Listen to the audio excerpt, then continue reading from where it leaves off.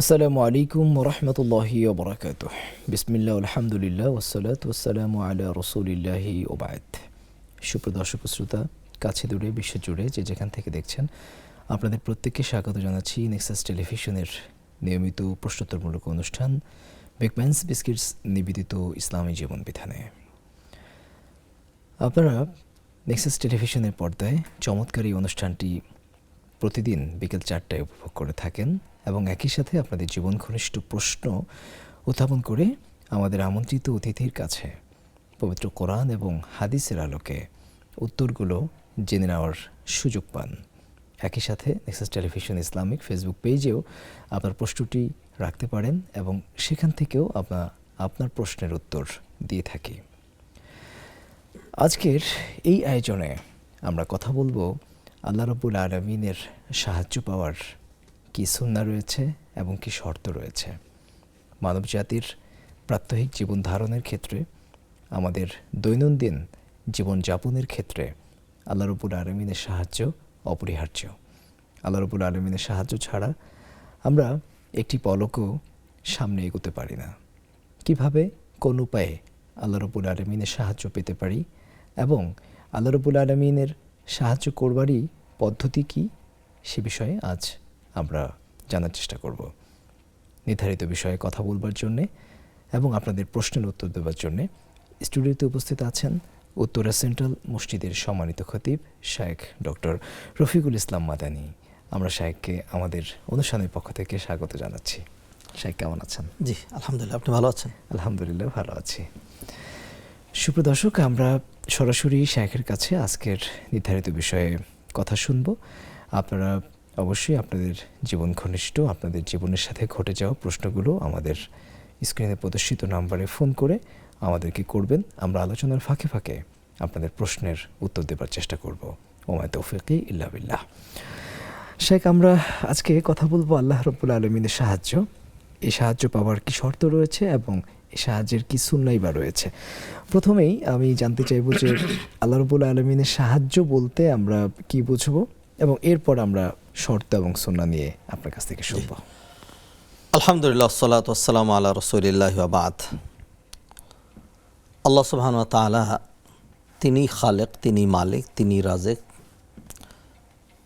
প্রকৃতস্থ অথবা আসমান জমিনের মাঝে যা কিছু আমরা দেখি অথবা দেখি না, অস্তিত্বে যা কিছু আছে, কোনো কিছুই আল্লাহ সুবহানাহু ওয়া তাআলা তার নিজের জন্য বানাননি। বরং আল্লাহ সুবহানাহু ওয়া তাআলা কোরআনে বলছেন, হুয়াল্লাযী খালাকা লাকুম মা ফিল আরদি জামিআ। ধরাধমে যা কিছু আছে মানে কি, এটা তো আমাদের কাউন্টের বাইরে। সব আল্লাহ আমাদের কিসের জন্য সৃষ্টি করেছেন? For the benefit of human being. খালাকা লাকুম মা ফিল আরদি জামিআ। সৃষ্টির সব কিছু আল্লাহ সুবহানাহু ওয়া তাআলা মানুষের কল্যাণে সৃষ্টি করেছেন। আল্লাহ সুবহানাহু ওয়া তাআলা তার যে সকল সুন্দর সুন্দর নাম আছে, তার একটা সুন্দর নাম হলো নাসির, তিনি সাহায্যকারী। আল্লাহ সুবহানাহু ওয়া তাআলা সাহায্য করতে চান, নি'মাল মাওলা ওয়া নি'মান নাসির, উত্তম অভিভাবক, উত্তম সাহায্যকারী। আল্লাহর সাহায্য মানে কি? আল্লাহ সুবহানাহু ওয়া তাআলা প্রতিটা বিষয়, এটা আল্লাহ সুবহানাহু ওয়া তাআলার সাহায্য ছাড়া এটার অস্তিত্ব লাভ করা, টিকে থাকা মোটেও সম্ভব নয়। এভরি সিঙ্গল ব্রিথ, প্রতিটা নিঃশ্বাস, এটা আল্লাহর সাহায্য হয়। আল্লাহ সুবহানাহু ওয়া তাআলা যদি এখনই স্টপ করে দেন, একটি কথাও সামনে বাড়াতে পারবো না। তো আমাদের চলনে বলনে, উঠতে বসতে, খেতে পড়তে, যাবতীয় যা কিছু দরকার, সকল কিছুতেই আল্লাহর সাহায্য, আল্লাহর রহমত, আল্লাহর বারাকা, আল্লাহর অনুগ্রহ, আল্লাহর অনুকম্পা, আল্লাহর রহমত দরকার। নবীজি সেই জন্য দোয়া করতেন এবং তিনি বলতেন, ও আল্লাহ, আপনি আমাদেরকে সাহায্য করবেন, আপনার কাছে সব কিছু চাই। এরপরে তিনি বলতেন যে আমাদেরকে একটা মুহূর্তের জন্যও আপনি আমাদের কাছে ছেড়ে দিয়েন না, আমাদের সবটুকুন দায়িত্ব আপনার কাছেই রাখেন। আল্লাহ সুবহানাহু ওয়া তাআলা যদি কোনো কিছুর দায়িত্ব নেন, তাহলে সেটা সুন্দরভাবে চলে। আল্লাহ সুবহানাহু ওয়া তাআলা যদি তার সাহায্য বন্ধ করে দেন, আমাদের কিছুই হবে না। আল্লাহ সাহায্য ছাড়া গাছের ফল, ক্ষেতের ফসল, পুকুরের মাছ, আমাদের খাদ্য, কোনো কিছুই কি থাকবে? কোনো কিছুই থাকবে না। আল্লাহর অনুমতি ছাড়া আমি আর আপনাকে কোনো কিছু গ্রহণ করতে পারবো? সব আছে, আল্লাহ মুখের রুচিটা ছিনিয়ে নিলেন।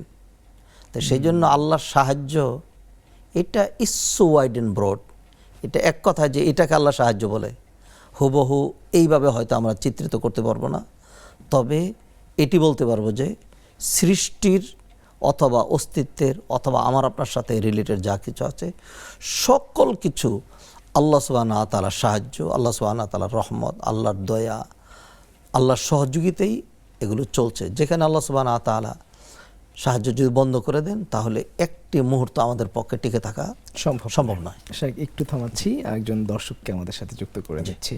আসসালামু আলাইকুম। দর্শক শুনতে পাচ্ছেন? হ্যাঁ শুনছি। ওয়ালাইকুম সালাম। জি বোন, প্রশ্ন করুন। ওয়ালাইকুম সালাম, শুনছি। হুজুর আমিও প্রশ্ন করতে চাই। আমি তো এশারের নামাজের পরে বিতিলের নামাজ পড়ি ফেলাই, এখন রাত্রে উঠি তাজ্জুদের নামাজ পড়লে হবে কিনা? আচ্ছা ঠিক আছে, অনেক ধন্যবাদ, চমৎকার প্রশ্ন করেছেন। আমরা শাইখের কাছ থেকে উত্তর জানার চেষ্টা করব। আরও একজন দর্শক যুক্ত আছেন, আমরা তাকে সংযুক্ত করছি। আসসালামু আলাইকুম। আসসালামু আলাইকুম।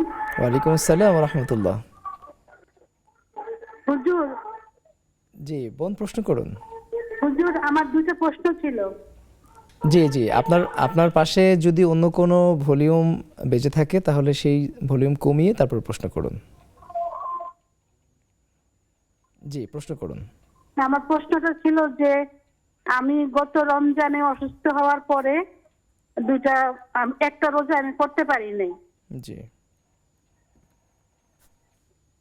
হ্যাঁ, জি আর বলুন। আমার ছেলে মেয়ের জন্য আমার মানত রোজা ছিল। হ্যাঁ হ্যাঁ, তো এখন কি আমি এগুলা করতে পারবো এই সহবরাতে চাঁদে? আচ্ছা, জি অনেক ধন্যবাদ। দ্বিতীয় প্রশ্ন। ঠিক আছে, আমাদের সাথে আরও একটি ফোন কল আছে, আমরা তাকেও সংযুক্ত করছি। আসসালামু আলাইকুম।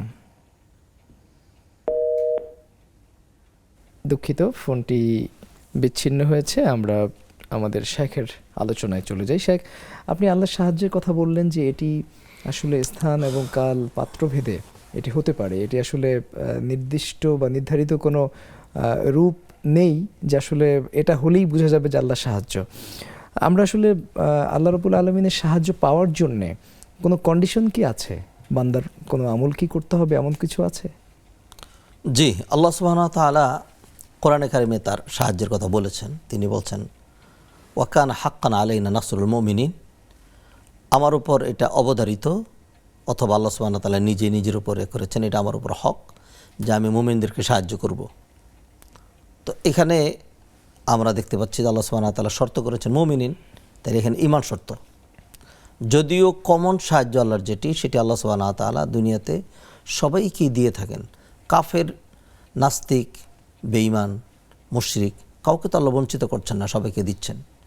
আল্লাহ সুবহানাহু ওয়া তাআলার বিশেষ সাহায্য যেগুলো, সেগুলো পাওয়ার জন্য অবশ্যই শর্ত আছে। সেই শর্তগুলোর মধ্যে যেমন একটি, according to this verse of Quran, ওয়া কানা হাক্কান আলাইনা নাসরুল মুমিনিন, ঈমান থাকা। যদি ঈমান থাকে তাহলে আল্লাহ সুবহানাহু ওয়া তাআলা সাহায্য করবেন। এটি হলো একটা। আল্লাহ সুবহানাহু ওয়া তাআলা তার সাহায্য পাওয়ার জন্য ডাইরেক্ট অন্য আয়াতে আমাদেরকে বললেন ইয়া আইয়ুহাল্লাযীনা আমানুস্তাঈনু বিস-সাবরি ওয়াস-সালাহ, হে ঈমানদাররা তোমরা আল্লাহর কাছে সাহায্য চাবে সালাত এবং সবরের মাধ্যমে। তাহলে সাহায্য পাওয়ার আরেকটি মাধ্যম হলো, শর্ত হলো আল ইস্তিআনা বিস-সালাহ, সালাতের মাধ্যমে আল্লাহর কাছে সাহায্য চাওয়া, সালাত। এটি এই আয়াতে আরেকটা কথা বলা হয়েছে বিস-সাবরি, সবর, ধৈর্যের মাধ্যমে। ধৈর্য ধারণ করলে আল্লাহ সুবহানাহু ওয়া তাআলা সাহায্য করেন, অনেক বেশি সাহায্য করেন। যেমন কোরআনে সূরা আলে ইমরানে যেখানে আল্লাহ বদরের ঘটনা আলোচনা করলেন, সেখানে বললেন বালা ইন তাসবিরু ওয়া তাত্তাকু ওয়া ইয়াতুকুম মিন ফাওরিহিম হাযা ইউমদিদকুম রাব্বুকুম বিখামসাতি আলাফিম মিনাল মালাইকাতি মুসাওয়িমিন, তোমরা যদি ধৈর্য ধারণ করে আল্লাহর উপর ভরসা করে জিহাদ করো, তাহলে আল্লাহ সুবহানাহু ওয়া তাআলা আকাশ থেকে প্রয়োজনে বিশেষ চিহ্নযুক্ত 5000 ফেরেশতা নাজিল করে সাহায্য করবেন। সুবহানাল্লাহ। তাই এখানে আমরা দেখলাম যে আল্লাহ সুবহানাহু ওয়া তাআলা সবরের বিষয়টা, পাশাপাশি আরেকটা শব্দ এখানে বলা হয়েছে ওয়া তাত্তাকু, তাকওয়া। তাকওয়া মানে আল্লাহ ভীতি, আল্লাহকে ভয় করা। এর একটা স্বরূপ হলো ইমতিসালুল আওয়ামির ওয়া ইজতিনাবুন নওয়াহি, আল্লাহ যা করতে বলেছেন তা করা, আর যা নিষেধ করেছেন তা থেকে বেঁচে থাকা। বিরত থাকা। এটি যদি মানুষ করে তাহলে আল্লাহ সুবহানাহু ওয়া তাআলা সাহায্যের ওয়াদা করেছেন, যেমন অন্য আয়াতে আল্লাহ বললেন। শেখ একটু আমি আপনাকে থামাচ্ছি, একটা ফোন কল আছে, একটু নিয়ে নেই। আসসালামু আলাইকুম। ওয়ালাইকুম আসসালাম। আসসালামু আলাইকুম। জি বোন, প্রশ্ন করুন। এই যে একটু আগে একজনের বিতরের নামাজ নিয়ে প্রশ্ন করছিল, কিন্তু আমিও সেই বিষয়ে একটা প্রশ্ন করতে চাই। তাহাজ্জুদ নামাজ পড়ার জন্য যদি আমরা 4:30 থেকে 5টার ভিতরে উঠি, তাহলে কি ওই টাইমে আমি তাহাজ্জুদ পড়া, তারপরে বিতর পড়া, তারপরে ফজরের নামাজ পড়তে পারবো? আচ্ছা, জি, সুন্দর প্রশ্ন করেছেন, আমরা শেখের কাছ থেকে জানবো। আরও একটি ফোন কল আছে, আমরা তাকেও সংযুক্ত করছি। আসসালামু আলাইকুম।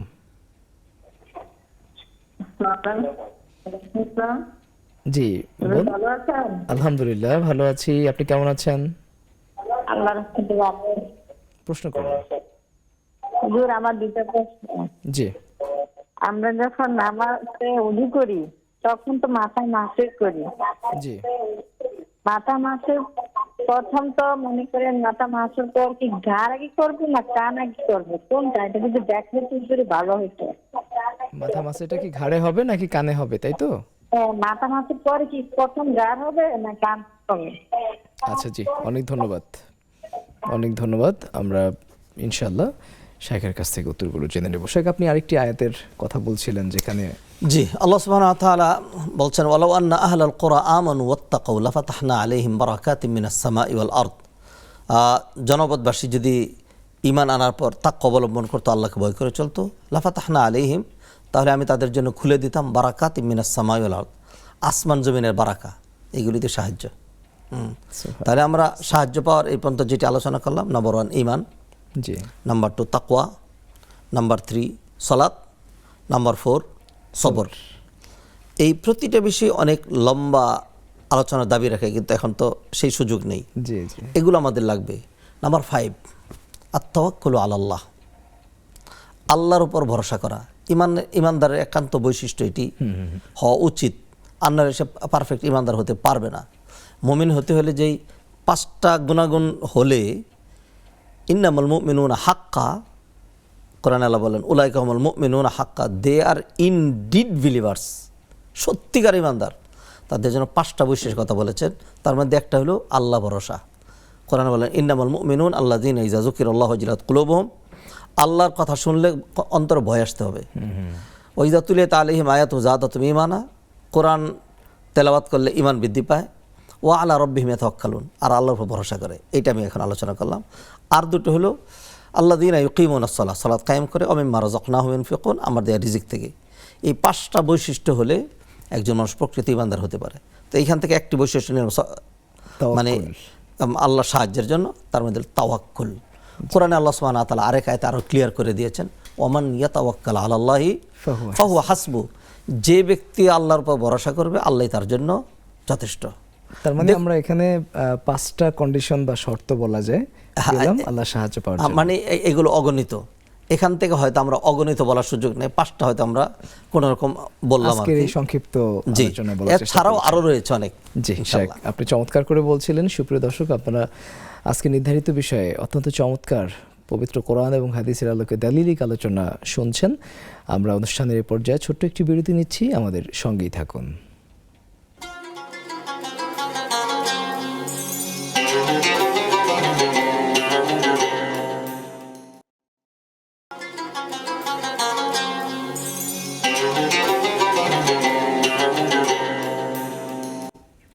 বিরতির পর আবারও আপনাদের স্বাগত জানাচ্ছি নেক্সাস টেলিভিশনের সরাসরি প্রশ্নোত্তরমূলক অনুষ্ঠান বিগম্যানস বিস্কিটস নিবেদিত ইসলামী জীবন বিধানে। স্ক্রিনে প্রদর্শিত নাম্বারে ফোন করে আপনিও আপনার প্রশ্নটি করতে পারেন এবং জেনে নিতে পারেন আপনার প্রশ্নের সমাধান। আপনাদের প্রশ্নের উত্তর দেওয়ার জন্য স্টুডিওতে আছেন শেখ ডক্টর রফিকুল ইসলাম মাদানী। সুপ্রিয় দর্শক, দুজন বোন বিরতির আগে প্রশ্ন করেছেন তাহাজ্জুদের সালাত সম্পর্কে। আমরা শাইখের কাছ থেকে জেনে নেব, যদি কোনো মানুষ তাহাজ্জুদের নামাজ পড়বে ভেবে বেতেরের সালাত এশার পরে পড়েনি, কিন্তু দেখা গেল যে তাহাজ্জুদ হয়তো মিস হয়েছে, সেক্ষেত্রে বেতেরের সালাত কি করবেন? অথবা যদি কেউ শেষ রাত্রে উঠতে পারবেন না ভেবে তাহাজ্জুদের নামাজ প্রথম রাত্রেই বেতেরের পরে পড়তে চান, সেক্ষেত্রে তারই বা বিধান কি? এবং একই সাথে দ্বিতীয় বোন যিনি জানতে চেয়েছেন যে গভীর রাতে বা শেষ রাতে তাহাজ্জুদের সালাতের পর বেতেরের নামাজ পড়ে এরপরে ফজর পড়া যাবে কিনা? জি, দেখুন, একটি হলো কমন সুন্নাহ। কমন সুন্নাহ হলো নবীজি সাল্লাল্লাহু আলাইহি ওয়াসাল্লাম বলেছেন যে ইজআলু আখিরা সলাতিকুম মিনাল লাইলি উইতরা, তোমরা উইতরকে তোমাদের রাতের শেষ নামাজ বানাবে। এটা কার জন্য? কেউ যদি একদম অভ্যস্ত রেগুলার হয়, যে তিনি রেগুলার তাহাজ্জুদ পড়েন, তার তাহাজ্জুদ মিস হয় না, মিস হওয়ার সম্ভাবনা মোটামুটি কম, হঠাৎ অ্যাক্সিডেন্ট তো হতেই পারে। জি জি। এরকম যদি কেউ হয় তাহলে তার জন্য বেটার, মুস্তাহাব, উত্তম, তিনি ভিতরটা শুরু রাত্রে পড়বেন না। তাহাজ্জুদ পড়ে তারপরে ওই ভিতর দিয়ে তুতিরু মা কাবলা, এর সারা রাতের যে ইবাদতগুলো সেটাকে বেজুর করে দিবেন। কারণ এটাকে আল্লাহ পছন্দ করেন, ইন্নাল্লাহ বিত্রুন ইউহিব্বুল বিতরা, আল্লাহ বেজুরকে পছন্দ করেন। এটা হলো কমন সুন্নাহ। আর কেউ যদি মনে করেন যে আমি হয়তো উঠবো, আবার যদি সজাগ না পাই, এরকম যদি দুদুল্যমান হন কেউ, তাহলে তার জন্য বেটার হলো বেতের পরে ঘুমানো। আচ্ছা। এবং সেই প্রসঙ্গে দলিল রয়েছে। আবু হুরায়রা রাদিয়াল্লাহু তাআলা বললেন, নবী জামাতকে শেষ দিকে যে উপদেশগুলো দিয়েছিলেন সেখানে তিনি বলেন, আউসানি খালিলি বিসালাত, আমার বন্ধু আমাকে 3টি উপদেশ দিয়েছেন। সেটা হলো আমি যেন বেতের পরেই ঘুমাই, এটা হলো একটা। আচ্ছা। বেতেরটা পরে নেওয়া। হ্যাঁ। এখন একজন বেতের পরে ফেললেন, আবার শেষ সাথে উঠলেন, তাহলে কি করবেন? তাহলে তিনি যথারীতি তাহাজ্জুদ পড়বেন, কোনো অসুবিধা নেই, তাহাজ্জুদ পড়বেন। এরপরে আর তার ভিতর পড়া লাগবে না, কারণ হইল লা বিতরান ফি লাইলিন ওয়াহিদ, আচ্ছা। এক রাতে 2 ভিতর নাই। আগে পড়ে গেলে সেটা হয়ে গিয়েছে। যদি একদম মানে তিনি সুনিশ্চিত হন, তাহলে তার জন্য উত্তম ছিল বেতেরটা রেখে দেওয়া। আর যদি কেউ এরকম মনে করেন যে না আমি হয়তো উঠতে পারবো না, তাহলে পড়ে ফেললেন এটা। এখন একজন রেখে দিয়েছিলেন, আবার উঠতেও পারলেন না, এখন তিনি বেতের কি করবেন, যেটা প্রশ্ন করেছিলেন, সেটা বেতেরটা কাজা করা লাগবে, দিনের বেলা পড়তে হবে, যেহেতু এটা ওয়াজিব। আচ্ছা। হ্যাঁ, তো সেই ক্ষেত্রে পড়ার তরিকা নিয়ে ওলামাদের মাঝখানে ইখতিলাফ আছে। কেউ বলেছেন যেটি কাজা হয়েছে সেটি তিনি পড়বেন, 1 রাকাত বেতের পড়লে 1 রাকাত পড়বেন, 3 রাকাত পড়লে 3 রাকাত পড়বেন। আর কেউ বলেছেন যদি দিনের বেলা কাজা করেন তাহলে সেটা নবীজি সাল্লাল্লাহু আলাইহি ওয়াসাল্লাম জোর করে পড়তেন, যেহেতু দিনে আরেকটা ভিতর আছে। তো এটাও কেউ কেউ বলেছেন। দুটো মতকেই আমি গুরুত্ব দিই, কারণ হলো এটা এই মুহূর্তে পড়লেও এটা কিন্তু রাতেরই নামাজ। আচ্ছা। সেটি কাজা পড়ছেন, এই হলো একটা বিধান। জি। আর যিনি বোনটি একটু ফোন কল নিয়ে নিচ্ছি, আমার কাছে কিছু ফোন আছে। আসসালামু আলাইকুম, শুনতে পাচ্ছেন? আসসালামু আলাইকুম। ওয়ালাইকুম আসসালাম, প্রশ্ন করুন বোন। হ্যাঁ, আমার প্রশ্ন হলো, আমি ছোট থেকে এ পর্যন্ত বড় হয়েছে, আমার বয়স প্রায় 48-এর কাছাকাছি। জীবনে অনেকগুলি ভুল করছি। প্রথম ভুল হলো, আমি আমার আগে জানতাম না আমি যে সন্তানকে মারতে হয় না, আমি আমার সন্তানকে মারছি। আমার বড় ছেলেটা মারা গেছে আজকে 2 বছর হবে, ফেব্রুয়ারি মাসের 9 তারিখে। কিন্তু আমার খুব কষ্ট হয় এখন, আমি তার জন্য কি করতে পারি? আমি জানতাম না বাচ্চাদেরকে মারতে হয় না। আমি এই চ্যানেলে অনেক অনুষ্ঠান দেখে 3 বছর ধরে দেখি, আমি অনুষ্ঠানটা অনেক কিছু শিখছি, আমি অনেক কিছু জানতাম না। এখন আমি ছোট থেকে এ পর্যন্ত যেই ভুল ভ্রান্তিগুলি করছি আমি সেগুলি করি নাই, যেটা জানার পরে। কিন্তু এখন আমি তার জন্য কি মাপ চাইতে পারি? আল্লাহ কি আমাকে ক্ষমা করবে? আমি তো আমার সন্তানটাকে মারছি, ছোটবেলা শাসনে রাখছি, কিন্তু এখন কষ্ট হয়, ও মারা গেছে। এই জন্য আমি কি করতে পারি আমাকে একটু বলবেন? আর আমার জীবনের গুনাহগুলো আমি কি করলে মাপ পাবো আল্লাহর কাছে? এটাই আমার। আর আরেকটা হলো, একটু প্রশ্ন করি, আপনার সন্তান কত বছর বয়সে মারা গেছে বোন? মারা গেছে 20 বছর বয়সে। 20 বছর বয়সে? 20 বছর বয়সে মারা গেছে। এই ফেব্রুয়ারি মাসের 9 তারিখে 2 বছর হবে। কিন্তু আমি প্রতিদিন ওর কথা ভাবি, সারাক্ষণ মনে পড়ে। অনেক আদর করতাম, কিন্তু একটু শাসনে রাখতাম।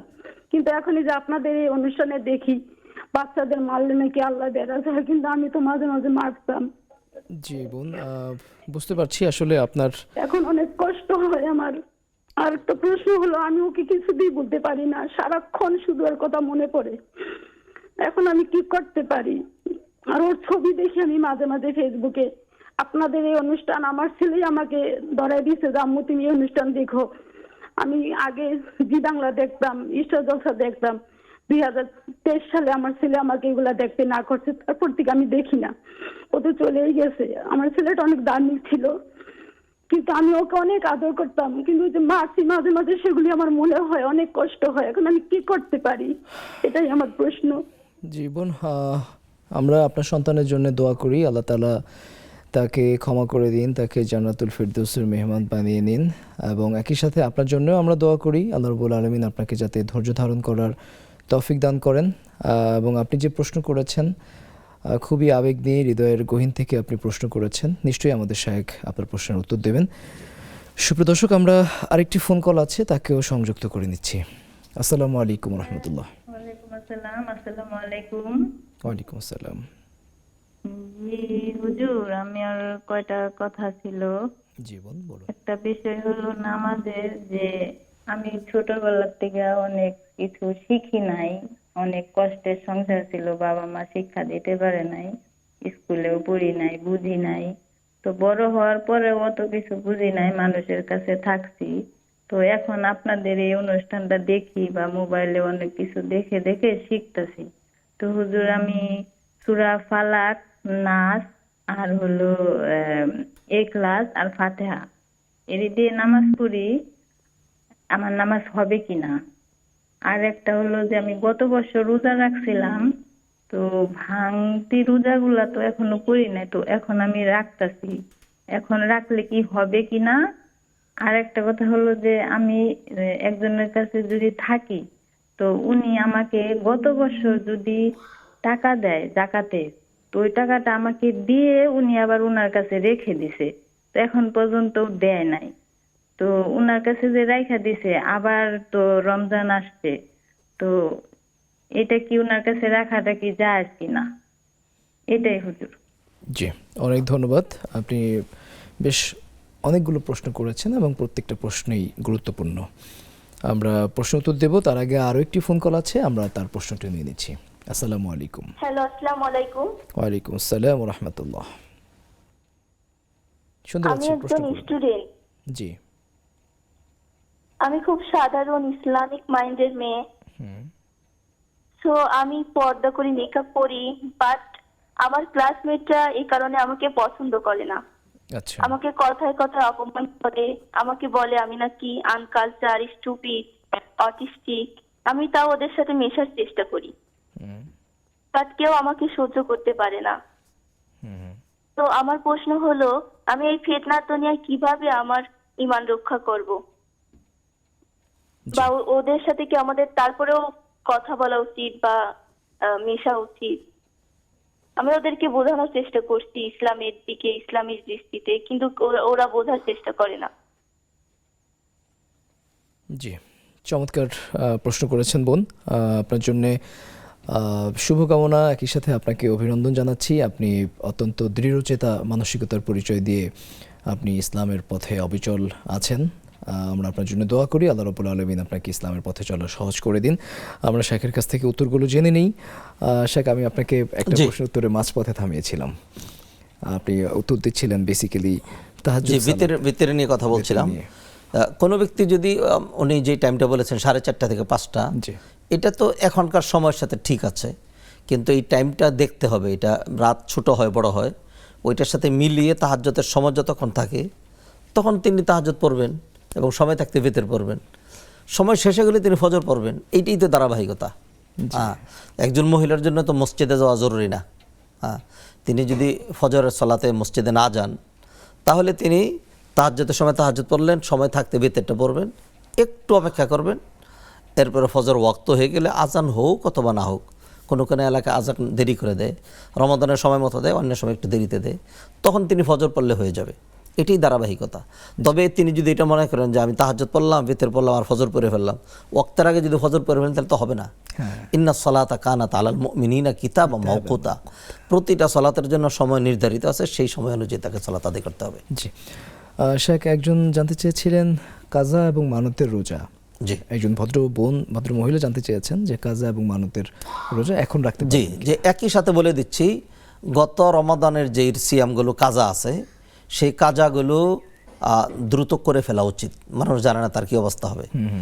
আর কেউ যদি না করে দেরি করে তাহলে গুনাহ হবে না, যতদিন আল্লাহ সুযোগ দিয়েছেন। কারণ কোরআনে আল্লাহ বলেছেন যে তোমরা যদি আইয়ামা মাদুদাত ফামান কানা মিনকুম মারিদান আও আলা সাফারিন ফাইদ্দাতুম মিন আইয়ামিন উখার, অন্য সময় আল্লাহ এখানে তাহদিদ করে দেন নাই। অনেক আলেমরা বলেন শাওয়ালে আগে ওইটা রেখে রাখতে হবে, এই মতটাকে আমরা প্রাধান্য দিচ্ছি না এই কোরআনের এই আয়াতের কারণে। যদিও তারা দলিল দিচ্ছে নবীজির হাদিস দিয়ে, যেমন সামা রমাদান সুম্মা আতবাহু বিসিত্তিন মিন শাওয়াল, কেউ যদি সিয়াম রমাদানের সিয়াম করে তারপরে শাওয়ালের রোজা রাখে, তারা বলছেন রমাদানের সিয়াম তো তার শেষ হয় নাই, সেটা আগে করে নিতে হবে। হাদিসের কারণে তারা দলিল দিচ্ছেন, সেটাও মজবুত। আর কোরআনে যেহেতু ইদ্দাতু মিন আইয়ামিন উখার, এই জন্য আমি এইটাকে প্রাধান্য দিচ্ছি। এবং আরেকটা দলিল রয়েছে আমার, সেটা হলো মা আয়েশা রাদিয়াল্লাহু তাআলা আনহার আমল। তিনি বলছেন কানা ইয়াকুনু আলাইয়া সাওম ফালা আস্তাতিউ আন আকদিয়াহু ইল্লা ফি শাবান, রমাদানের রোজা আমার উপর কাজা থেকে যেত, আমি করার সুযোগ পেতাম না, শাবান মাস আসলে তরি করে সেগুলো কাজা করতাম।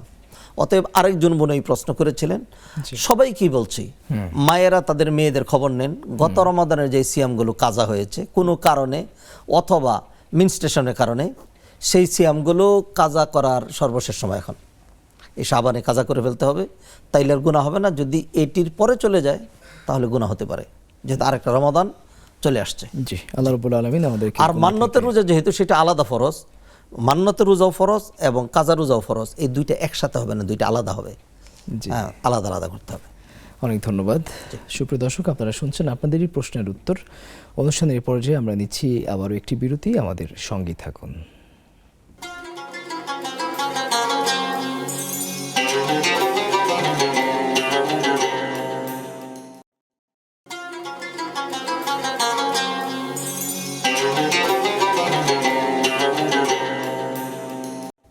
আপনারা দেখছেন বিগপ্যান্স বিস্কিটস নিবেদিত ইসলামী জীবন বিধান।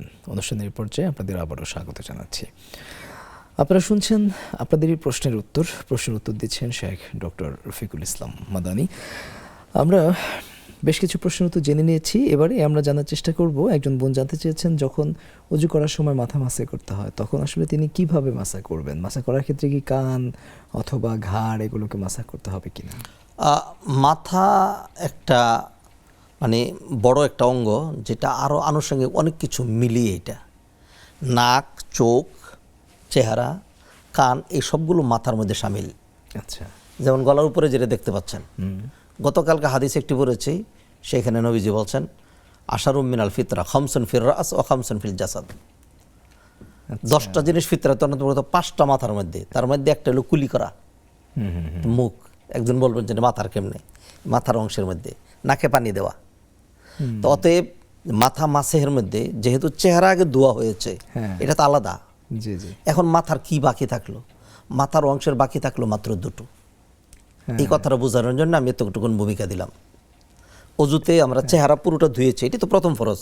হ্যাঁ, ফাকসিলু উজুহাকুম ওয়া আইদিয়াকুম ইলাল মারাফিক ওয়ামসাহু বিরুউসিকুম, এটা কোরআনিক এভিডেন্স। হ্যাঁ, মাথার বাকি থাকলো কি, মাথার বাকি থাকলো দুটো, একটা হলো কান আর একটা হলো ঘাড়, এর বাইরে আর কিছুই কিন্তু নাই। এখন এটা নিয়ে ওলামাদের ইখতিলাফ রয়েছে।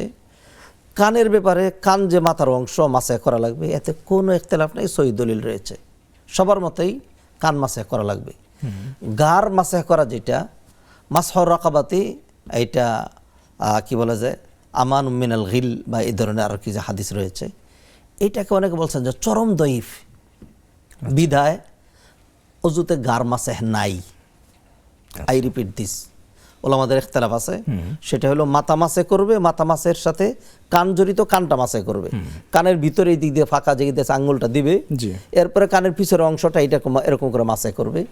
এইটা হলো কানের ভিতরে বাইরে, আঙ্গুল দিয়ে কানের ভিতরে করবে এবং আরেক আঙ্গুল দিয়ে কানের বাইরে, এটা হলো মাসের শেষ, ঘাড় নাই। আর হানাফি মাযহাবের অনেকে বলছেন যে না, ঘাড় মাসে অজুর অংশ, মাথা মাসের অংশ হলো ঘাড়। যেহেতু ঘাড়টাও মাথার একটা অংশ, সবটা হয়ে গেছে, শুধু বাকি রয়েছে কান আর ঘাড়। কানও করা লাগবে, ঘাড়ও করা লাগবে। সেক্ষেত্রে হাতের সামনের অংশ দিয়ে যেহেতু মাথা মাসে করা হয়েছে, আর কিছু বাকি নেই, তাহলে হাতের পিছের অংশ দিয়ে ঘাড় মাসে করবে। তবে এইটাকে অধিকাংশ ওলামায়ে কেরাম প্রাধান্য দেন নাই। হানাফি ওলামায়ে কেরামগণ এটাকে প্রাধান্য দিয়েছেন। আমি ব্যক্তিগতভাবে যেটিকে প্রাধান্য দিচ্ছি সেটা হলো মাথা মাসের সাথে শুধু কান মাসে করবে, ঘাড় মাসে করা লাগবে না। জি, শেখ, একজন বোন তিনি খুবই আবেগঘনভাবে প্রশ্ন করেছেন, জানতে চেয়েছেন যে তিনি তার সন্তানের গায়ে হয়তো হাত তুলতেন জি। এবং তার সন্তান জি। এই মুহূর্তে পৃথিবীতে জি, নেই, জি। ইন্তেকাল করেছেন, তার বয়স 48 বছর হয়ে গেছে। ইনফ্যাক্ট তার সন্তানই তাকে দিনের পথে নিয়ে এসছেন অনেকটা বলা যায়। তিনি হয়তো স্টার জলসা বা অন্যান্য প্রোগ্রামগুলো দেখতেন। তিনি আমি বোনকে সাধুবাদ জানাই, ধন্যবাদ জানাই এই জন্য যে আপনি সার্থক মা। আপনি আপনার সন্তানকে যে শাসনটা করেছেন সেই শাসনের কারণেই হয়তো আল্লাহ সুবহানাহু ওয়া তাআলা আপনার সন্তানের কপাল খুলে দিয়েছেন। আপনার সন্তান দিনদার, আপনি নিজে সাক্ষী দিয়েছেন। সন্তানের জন্য মায়ের সাক্ষী, বিশাল বড় সাক্ষী। এবং আপনি আরও বললেন যে আপনি স্টার জলসা ইত্যাদি দেখতেন। আমরা তো মানুষ, আমরা প্রত্যেকেই গুনাহ করি। তা আপনার সন্তান আপনাকে সেখান থেকে ফিরিয়ে এই ইসলামিক অনুষ্ঠান ধরিয়ে দিয়েছে। সুবহানাল্লাহ। আর সেই সুবাদে আপনি আমাদেরকে প্রশ্নটা করেছেন। আপনার সন্তান দুনিয়া থেকে চলে গিয়েছে, আপনি ধৈর্য ধারণ করেন। মানুষ চিরস্থায়ী নয় দুনিয়াতে। যেই ফিতনা দেখছেন এবং দেখতে পাচ্ছেন, অপেক্ষা করেন আরও কত ফিতনা আসছে। আল্লাহ সুবহানাহু ওয়া তাআলা নিশ্চয়ই তাকে এই ফিতনা থেকে মুক্ত করে আগেই নিয়ে গিয়েছেন, এমত অবস্থায় যে তার মা বিদ্যমান আপনি আছেন। আপনি তার জন্য প্রাণ বলে দোয়া করেন। আর মাঝে মধ্যে যদি পারেন একটু সদাকা করবেন। আপনার ছেলে ইনশাআল্লাহ চেলে জান্নাতে চলে যাবে। বন্দুকের গুলি মিস হতে পারে, মায়ের দোয়া মিস হওয়ার কোনো সুযোগ নেই। আর আপনি আপনার সন্তানকে যে শাসন করেছেন, শাসন কেন করবেন না? যারা সন্তানদেরকে একদম ছেড়ে দিয়ে শাসন করে না, এইটা সেই ক্ষেত্রে বরং আমরা মানে এটাকে আমরা সমালোচনা করছি। সন্তানাদিকে মারা যাবে না, মার কোনটাকে বলা হয়? আদবের জন্য, শিষ্টাচারের জন্য যেই আদব কায়দা পিতামাতা যেটা করে থাকেন, এটা ফরজ, এটা করা লাগবে। অমানবিক নির্যাতন অথবা তার উপর অত্যাচার জুলুম হয় এমন কিছু, সেটা তো করা যাবে না, সেটা করা যাবে না। নবীজির হাদিস দিয়ে আমি দলিল দিচ্ছি। নবীজি বললেন লা তারফা আনহুম আসাকা আদাবান, তাদেরকে শিষ্টাচার শিক্ষা দেওয়ার যে তোমার লাঠি, এটা তাদের থেকে উঠাবা না, মানে এটা চালু রাখতে হবে। নবীজির একটা হাদিস, মুরু আউলাদাকুম বিসসালাতি ওয়া হুম আবনাউ সাবঈ সিনিন, 7 বছর বয়সে তোমার সন্তানদেরকে তোমরা সালাতের আদেশ দিবা। ওয়াদরিবুহুম আলাইহা ইযা বালাগু 10, যখন তাদের বয়স 10 বছর হয়ে যাবে তারপরে সালাত পড়ছে না, প্রয়োজনে বেত্রাঘাত করতে হবে। তাহলে কোরআন হাদিসে নিষেধ করা হয় নাই। আপনি পাশবিক অত্যাচার করবেন, সেটা আপনি কাউকে করবেন না, সন্তানকেও না, অন্য কাউকে না। অতএব আপনি আপনার সন্তানকে যেই শাসন করেছেন, মাতৃসুলভ, স্নেহ সমৃদ্ধ, মায়া মমতা সহ শিষ্টাচার, ভদ্রতা, জেন্টালিটি তাকে শিক্ষা দেওয়ার জন্য, এটি তার জন্য নিয়ামক। এর কারণে হইতে পারে আল্লাহ তাকে দিনদার বানিয়ে দিয়েছেন, এবং এর কারণে আল্লাহ সুবহানাহু ওয়া তাআলা আপনার কপাল খুলে দিয়েছেন। আপনার সন্তান আগে চলে গিয়েছে, এটা তার জন্য সৌভাগ্য। আপনার তো একটু খারাপ লাগবেই, ধৈর্য ধারণ করেন, আল্লাহর কাছে দোয়া করেন, তবে কখনো বিলাপ করবেন না। কারণ কেউ মারা গেলে 3 দিনের পর তার জন্য আর সুখ প্রকাশ করা যায় না। স্বামীর জন্য 4 মাস 10 দিন করতে হয়। আপনার কষ্ট লাগলে আপনি মাঝে মধ্যে কাঁদবেন, চোখ দিয়ে পানি আসবে, তার জন্য দোয়া করবেন। আল্লাহর কাছে হাত তুলে, আল্লাহ আমার সন্তানকে তুমি মাফ করে দাও, অসংখ্য কাঁদেন আল্লাহর কাছে, এটা ইবাদত হবে তখন। বিলাপ যেটাকে বলা হয় সেটা মাটিতে চাপড়াইয়া, নিজের কাপড় ছিঁড়ে, বুকের মধ্যে চাপড় দিয়ে, অথবা একদম ভেঙে পড়ে যাওয়া, এগুলি করবেন না। সন্তানের জন্য কষ্ট লাগে, তখনই বলবেন যে আল্লাহ তুমি আমার সন্তানকে জান্নাতবাসী করো, তোমার কোলে নিয়ে নাও, আমি আর কত আদর করতাম, তুমি তো বেশি আদরকারী। সত্যি আমাদের পিতামাতার আদর আর কতটুকুন, কিছুই না। ছোট্ট করে একটু যদি বলার অনুমতি দেন, আল্লাহ সুবহানাহু ওয়া তাআলা তার যে দয়া, এটাকে 100 ভাগে ভাগ করেছেন, 99 ভাগ রেখে দিয়েছেন, আর 1 ভাগকে টুকরো টুকরো কোটিবার টুকরি করে সেটা আমাদের মাঝখানে বিতরণ করেছেন। এই কারণে এই মা তার সন্তানের জন্য এত মায়া লাগছে। তিনি কতটুকুন পেয়েছেন, আমিও তো পেয়েছি কিছু ভালোবাসা। 1 ভাগকে লক্ষ কোটি মিলিয়ন ট্রিলিয়ন ভাগ করার পরে আমি যেটুকুন পেয়েছি, সেই কারণে আমার সন্তানের জন্য আমার এত খারাপ লাগে, ওনার সন্তানের খারাপ লাগছে। তাহলে 99 ভাগ ভালোবাসা যেটা আল্লাহর আছে, তিনি সেই ভালোবাসা দিয়ে শুধু ইমানদারদেরকে, এবং ওই ভালোবাসা কোনো কাফের বেঈমানের জন্য নয়। অতএব আপনার সন্তান আল্লাহর কাছে কত বেশি ভালো থাকবে, আপনি সেটাই বলেন। আল্লাহ আমার কুলে থাকতো আমার সন্তান, আমি তো মাঝে মধ্যে শাসনও করেছি, আপনার কাছে চলে গিয়েছেন, আল্লাহ আপনি আপনার রহমতের করে উঠে নেন আমার সন্তানকে। আল্লাহুম্মা আমিন। অনেক ধন্যবাদ। একজন দর্শক যুক্ত হয়েছেন, আমরা ফোন কলটি নিচ্ছি। আসসালামু আলাইকুম ওয়া রাহমাতুল্লাহ। ওয়ালাইকুম সালাম। আসসালামু আলাইকুম হুজুর। জি ভাই, প্রশ্ন করুন। মাসুম কুমিল্লা ধর্মপুর থেকে। জি মাসুম দুটি ভাই। প্রশ্ন হুজুর। প্রথম প্রশ্নটি হলো যে ওযু করার সময় মাথা মাসাই করতে ভুলে গেলে পরে নামাজ পড়ার পর স্মরণ হলে কি পুনরায় কি আবার নামাজটা পড়তে হবে কিনা? আর দ্বিতীয় প্রশ্নটি হলো পবিত্র কোরআন থেকে সূরা আম্বিয়া আয়াত 30 অধ্যায় 21, সূরা আম্বিয়া আয়াত 30 অধ্যায় 21 অবিশ্বাসীরা কি তা ভেবে দেখে না আকাশমণ্ডলী ও পৃথিবী একত্রিত ছিল? এরপর আমি তাদেরকে বিস্ফোরণের দ্বারা আলাদা করে দিলাম। আকাশমণ্ডলী ও পৃথিবী একত্রিত এই আয়াতের ছিল, ব্যাখ্যা জানতে চাচ্ছেন, এরপর তাই আমি তো? তাদেরকে আলাদা। এটা বিজ্ঞানের সাথে কোরআনে কি মিল আছে নাকি? সূরা আম্বিয়া 30, কোরআন জি, কি জি, বলতেছে? আসসালামু আলাইকুম। অনেক ধন্যবাদ মাসুম ভাই। আমাদের সাথে আরেকজন ভাই যুক্ত হয়েছেন, আমরা তাকেও নিয়ে নিচ্ছি। আসসালামু আলাইকুম, শুনতে পাচ্ছেন? হ্যাঁ জি বোন, প্রশ্ন করুন। হুজুর, জি। আমার মাইয়া পড়ে না ঠিক মতো, মন মানে কেমন জানি করে, পাগলামি করে, তার জন্য কি দোয়া করতে পারি? আচ্ছা, জি অনেক ধন্যবাদ, আমরা দোয়া জেনে নেব। আরো একটি ফোন কল আছে, আমরা তাকেও সংযুক্ত করছি। কে আছেন আমাদের সাথে? দুঃখিত, ফোন কলটি বিচ্ছিন্ন হয়েছে। আমরা প্রশ্নের উত্তর শুনছিলাম। একজন জানতে চেয়েছেন যে 3 কুল দিয়ে সালাত আদায় করলে সালাত আদায় হবে কিনা। জি, বোন কোরআনের সূরা ফালাক, নাস, কুল জানেন আর জানেন না। কেউ যদি শুধু একটা সূরা জানে, এইটা দিয়েই প্রতি রাকাতে, 2 রাকাত হলে 2 বার, 4 রাকাত হলে 4 বার, এটা দিয়েই পড়েন, তবু তার সালাত একদম পারফেক্ট, শুদ্ধ। কারণ মূলনীতি কি? কোরআনে বলছেন ফাকরাউ মা তায়াসসারা মিনাল কোরআন। আর যদি 2টো সূরা হয়, তাহলে 2টাকেই 1 রাকাতে, আবার পর রাকাতে, অথবা প্রথম রাকাতে একটা, দ্বিতীয় রাকাতে আর একটা, পড়ার স্বাধীনতা রয়েছে। তবে হ্যাঁ, যদি কেউ একটা সূরা দিয়ে আর 2টা সূরা দিয়ে পড়ে, তাহলে আমার মনে হয় ফেরেশতারা বারবার বলতে থাকে, আহারে তুমি এত মিসকিন, তোমার আর কোনো সূরা নাই, আর কিছুই নাই। তাই সেই জন্য যারা জানেন না তারা কি করবেন? সালাত বাদ দিবেন না, এগুলি দিয়ে পড়তে থাকবেন। আর রেগুলারলি একটু চেষ্টা করবেন। বোন তিনি যে বললেন যে আমি স্কুলে পড়ি নাই, কোনো কিছু পড়ি নাই, ওনার কথা থেকে কিন্তু মোটেও বোঝা যায় না যে উনি পড়াশোনা করেন নাই। হ্যাঁ, ওনার কথা থেকে একদম যথেষ্ট কালচার্ড, এমনকি এডুকেটেড মনে হয়েছে। তার উপস্থাপনও খুব সুন্দর ছিল, প্রশ্নের ধরনও খুব ভালো ছিল। টিভিতে প্রশ্ন করতে এসে অনেক শিক্ষিত লোকও কিন্তু ঘাবড়ে যান। হ্যাঁ, সুন্দর প্রশ্ন করেছেন। তাই সেই জন্য বোনকে আমি বলবো, আপনি ধীরে ধীরে আপনার কোরআন একটু বাড়ান। এখন তো সুযোগ পেয়েছেন, আমাদের আলোচনা শুনছেন, দিনদারি শিখেন। এইভাবে আরও আপনি নেটে অনেক কিছু পাবেন। অনেক মসজিদে হালাকা হয়, অনেক জায়গায় ওলামায়ে কেরাম আলোচনা করেন, সেখানে যান। ধীরে ধীরে শিক্ষার তো কোনো শেষ নেই। সাহাবায়ে কেরাম তো বয়স্ক অবস্থায় শিখেছেন, মৃত্যু পর্যন্ত আপনি শিখতে থাকবেন। অতএব কোরআনের সূরা আরও ধীরে ধীরে বাড়াইতে থাকেন। সামনে রমাদান আসছে, অন্তত 10টা সূরা শিখে ফেলেন, জি ইনশাআল্লাহ।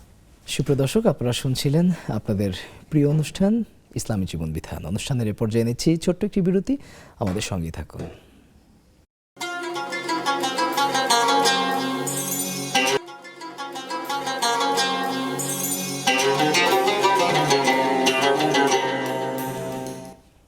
আপনারা দেখছেন বেকম্যানস বিস্কিটস নিবেদিত ইসলামী জীবন বিধান।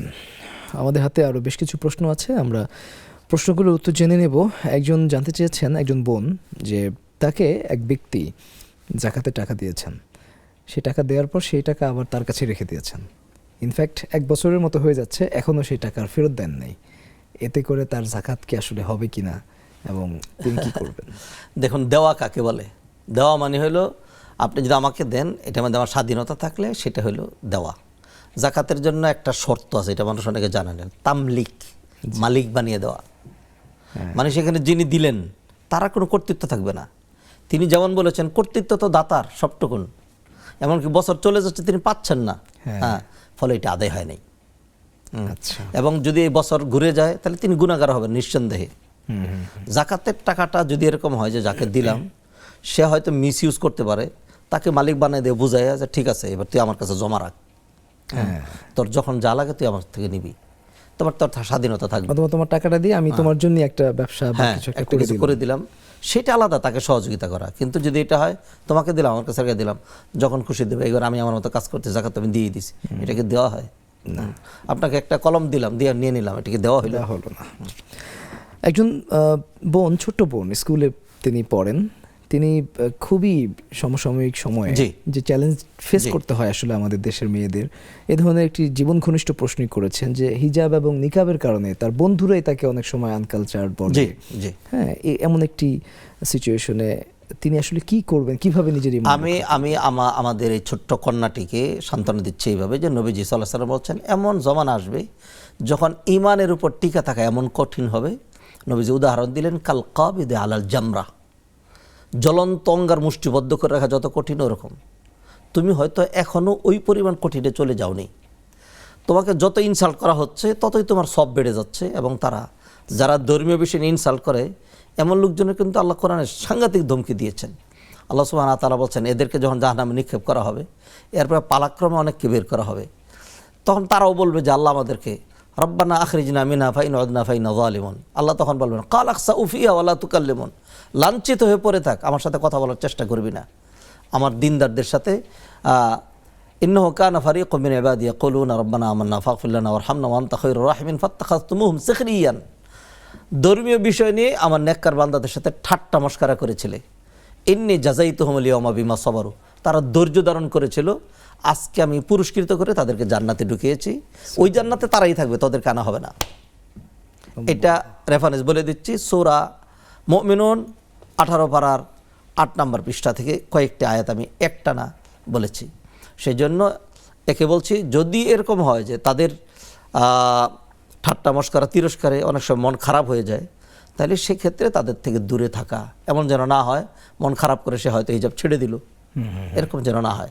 যাদের কারণে দিনের ক্ষতি হয় তাদের সাথে সম্পর্ক ছিন্ন করা লাগবে। সাধারণ রুল কি, সম্পর্ক ছিন্ন করা জায়েজ নেই, কিন্তু যদি দিনের ক্ষতি হয় তাহলে আমার কি বাঁচাইতে হবে, আগের দিনটা বাঁচাইতে হবে। তো এই জন্য কোরআন অনেক অসংখ্য মূলনীতি রয়েছে। নবী যে হাদিস বলেছেন লা তাআতা লি মাখলুকিন ফি মাসিয়াতিল খালিক, পিতামাতার কথাও শোনা যাবে না, স্বামীর কথাও শোনা যাবে না। কখন? যদি আল্লাহর অবাধ্যতা হয়, দিন ছেড়ে দিতে হয়। দিন ছেড়ে দিয়ে আমি আমার তথাকথিত মানে কালচার হওয়ার দরকার আছে, দরকার নাই। এটাই শালীনতা, এটাই ভদ্রতা, এটাই জেন্টালিটি, এটাই দিনদারি। পর্দা ফরজ, আল্লাহ তোমার মান সম্মান বাড়িয়ে দিবেন, তুমি পুরস্কৃত হবা। বৈবাহিক জীবনে দেখবা শান্তি কাকে বলে, আল্লাহ তোমার জন্য ওরকম পাত্র মিলিয়ে দিবেন। কারণ কোরআন আল্লাহ বলছেন আল খাবিসাতু লিল খাবিসিন, যারা খবিশ এরকম পর্দা নিয়ে যারা এরকম করে, হ্যাঁ ওরা খবিশই পাবে, চরিত্রহীন লোকজন পাবে। ওয়াত্তাইয়িবাতু লিত-তাইয়িবিন, আর যারা নাকি তৈয়িবাত মানে ভালো, হ্যাঁ আল্লাহ তাদের জন্য দিনদার মিলিয়ে দিবেন। তখন সে দেখবে যে আল্লাহ বৈবাহিক জীবনে শান্তি কাকে বলে। তো অতএব আর কয়েকটা দিন ধৈর্য ধারণ করো, তোমার টেনশন মন খারাপ যেটা এটা চলে যাবে, তখন তুমি বলবা যে না আই ওয়াজ রাইট ইনশাআল্লাহ। একজন জানতে চেয়েছেন যে অজুর সময়ে যদি মাথা মাসেহ করার কথা তিনি ভুলে যান, সেক্ষেত্রে কি করবেন? অজুর ফরজ 4টা এর একটাও যদি বাদ যায় তাহলে অজু হবে না। হ্যাঁ, এই অজুতে যদি নামাজ পড়ে তাহলে নামাজ হবে না। হাত যদি এমন হয় যে ভুলে মনে নাই, পরেও মনে হয় না, জানেনও না, তাহলে আল্লাহ মাফ করে দেবেন, এটা একটা। আর যদি পরে মনে পড়ে যে না আমার অজু ছাড়া ছিল, তাহলে তাকে আবার অজু করে নামাজ নবায়ন করতে হবে যদি ওয়াক্ত থাকে। আর যদি এমন হয় যে না ওয়াক্ত নাই, ওয়াক্ত চলে গেছে, পরেই জানতে পেরেছি কোনো কারণে, হয়তো কেউ বলেছে অথবা আমার কাছে হঠাৎ মনে হলো যে না আমি মাথা করা হয় নাই, তাহলে ইনশাআল্লাহ আর ওইটাকে রিপিট না করলেও চলবে, আল্লাহ মাফ করে দেবেন। আফাল্লাহু আম্মা সালাফ, যা হয়ে গেছে আল্লাহ সেটা মাফ করে দেবেন। ওমান আদা ফায়ান্তাকিমুল্লাহু মিন, আর কেউ যদি এটাকে আবার রিপিট করে তাহলে আল্লাহ ধরবেন। আল্লাহু আকবার। শেখ, আমরা কথা বলছিলাম আল্লাহর সাহায্য এবং আল্লাহর সাহায্য পাওয়ার জন্য কি শর্ত রয়েছে এবং তার সুন্নাই বা কি, আমাদের সর্বশেষ আপনি এই বিষয়ে যদি। জি, আল্লাহর সাহায্য পাওয়ার অসংখ্য পথ এবং সুন্নাহ রয়েছে। আরও 2-1টি পয়েন্ট আমি সংযোজন করতে চাই। আল্লাহ কোরআনে বলছেন ইয়া আইয়ুহাল্লাযীনা আমানু ইন তানসুরুল্লাহ ইয়ানসুরকুম, ইমানদারেরা যদি তোমরা আল্লাহকে সাহায্য করো, মানে আল্লাহর দ্বীনের সাহায্য করো। আল্লাহকে পাবো কোথায় আমরা? আল্লাহর কি সাহায্যের দরকার আছে নাকি? আল্লাহর বান্দাকে সাহায্য করলে আল্লাহকে সাহায্য করা হয়। কিয়ামতের দিন আল্লাহ বলবেন বান্দারে মারিত্তু ফালাম তাউদনি, আমি অসুস্থ হয়েছিলাম তুই তো আমাকে দেখতে আসলি না। বান্দা বলবে ও আল্লাহ আনতা রব্বুল আলামিন, আপনি কেমনে অসুস্থ হন? তখন তিনি বলবেন যা আলাম তাআলাম আন্না আবদি ফুলানান কদ মারিদ, আমার অমুক বান্দা অসুস্থ হয়েছিল তুমি জানো নাই? তুমি যদি তাকে দেখতে যেতে সেটাই আমাকে দেখা হতো। অমুক ব্যক্তি ক্ষুধার্ত ছিল, তাকে খানা দিলে আমাকে দেওয়া হতো। তাই সেই জন্য আল্লাহর দ্বীনের সহযোগিতা করা, আল্লাহর বান্দাদের সহযোগিতা করা, বান্দাদের জন্য যৎসমানে সহযোগিতা করবেন, আল্লাহ আপনাকে প্রচুর সহযোগিতা দিবেন, এটা একটা। আর আল্লাহর সাহায্য সহযোগিতা পাওয়ার জন্য আর একটা অব্যর্থ হাতিয়ারের নাম হলো আদ-দুআ। ইযা সাআলাকা ইবাদি আন্নী ফাইন্নী করিব উজিবু দাওয়াতাদ দাঈ ইযা দাআন, দোয়া করা। আরেকটা আল্লাহ এবং রসুলের আনুগত্য করা, ওমান ইউতিইল্লাহ ওয়া রাসূলাহু ওয়া ইয়াখশাল্লাহা ওয়া ইয়াত্তাকি ফাউলাইকা হুমুল ফাইজুন, সবকটা কিন্তু কোরআনিক এভিডেন্স। যে আল্লাহ এবং রসুলের আনুগত্য করবে আল্লাহ সুবহানাহু ওয়া তাআলা তাকে বিজয়ী করে দেবেন সুবহানাল্লাহ, দুনিয়া এবং আখিরাতে। নাম্বার 4 এবং এটা 9, আগে 5টা বলেছিলাম। জি জি, সেটি হলো আল্লাহ সুবহানাহু ওয়া তাআলা বলছেন ওয়াল্লাযীনা জাহাদু ফিনা লানাহদিয়ান্নাহুম সুবুলানা, যে আমার রাস্তায় চেষ্টা করবে আমি আল্লাহ তাকে পথ ধরিয়েই দিব। একজন ব্যবসা নিয়ে হাঁটি হাঁটি পা করে চেষ্টা করছে, আল্লাহ তাকে চেষ্টা ধরিয়ে দিবেন। ভালো কাজে একজন চেষ্টা করতে থাকলে আল্লাহ সুবহানাহু ওয়া তাআলাকে ধরে দেবেন। 9 এবং লাস্ট পয়েন্ট সেটি বলবো, আল্লাহ সুবহানাহু ওয়া তাআলা বলছেন আলা ইন্না আউলিয়া আল্লাহ লা খাউফুন আলাইহিম ওয়া লা হুম ইয়াহজানুন। আল্লাহর বন্ধুত্ব অর্জন করতে হবে। সেটি হবে দুটো জিনিসের মাধ্যমে, আল্লাযীনা আমানু ওয়া কানু ইয়াত্তাকুন, ঈমান এবং তাকওয়ার মাধ্যমে, নেক আমলের মাধ্যমে। কেউ যদি আল্লাহর বন্ধু হয়ে যায় তাইলে কি হবে? মাল্লাহুল মাওলা ফালাহুল কুল। আল্লাহ যদি কারো হন তাহলে তার সব হয়ে যাবে। এই 10টা বললাম, তিলকা আশারাতুন কামিলা। আশা করি এই 10টা জিনিস যদি আমরা সামনে রেখে বুক ভরা আশা নিয়ে সামনে আগাই, আল্লাহ সুবহানাহু ওয়া তাআলার অভাব নেই। আল্লাহ দেওয়ার জন্য প্রস্তুতি। কবি বলছেন হার ঘড়ি ও দেনে কো তৈয়ার হয়, জু না মাঙ্গে উসসে ও বেজার হয়। সবসময় তিনি দেওয়ার জন্য রেডি। যে চায় না আল্লাহ তার প্রতি বেজার, আর দুনিয়ার মানুষ হলে যে চায় তার প্রতি বেজার। চমৎকার শেখ, আপনি খুব চমৎকার করে পবিত্র কোরআন এবং হাদিসের আলোকে সরাসরি রেফারেন্স ভিত্তিক আলোচনা করেছেন। আপনাকে অনেক ধন্যবাদ এবং মোবারকবাদ জানাচ্ছি। জাযাকাল্লাহ খাইরান। সুপ্রদর্শক, আপনারা এতক্ষণ শুনছিলেন শেখ ডক্টর রফিকুল ইসলাম মাদানী। তিনি পবিত্র কোরআন এবং হাদিসের আলোকে আল্লাহ সাহায্য প্রাপ্তির উপায়গুলো নিয়ে, শর্তগুলো নিয়ে আলোচনা করেছেন এবং জীবন ঘনিষ্ঠ প্রশ্নেরও উত্তর দিয়েছেন। আমাদের এই চমৎকার সরাসরি প্রশ্নোত্তরমূলক অনুষ্ঠানটি প্রতিদিন বিকেল 4টায় নেক্সাস টেলিভিশনের পর্দায় দেখবার আমন্ত্রণ জানিয়ে আজকের মতো এখানে বিদায় নিচ্ছি। আল্লাহ হাফেজ।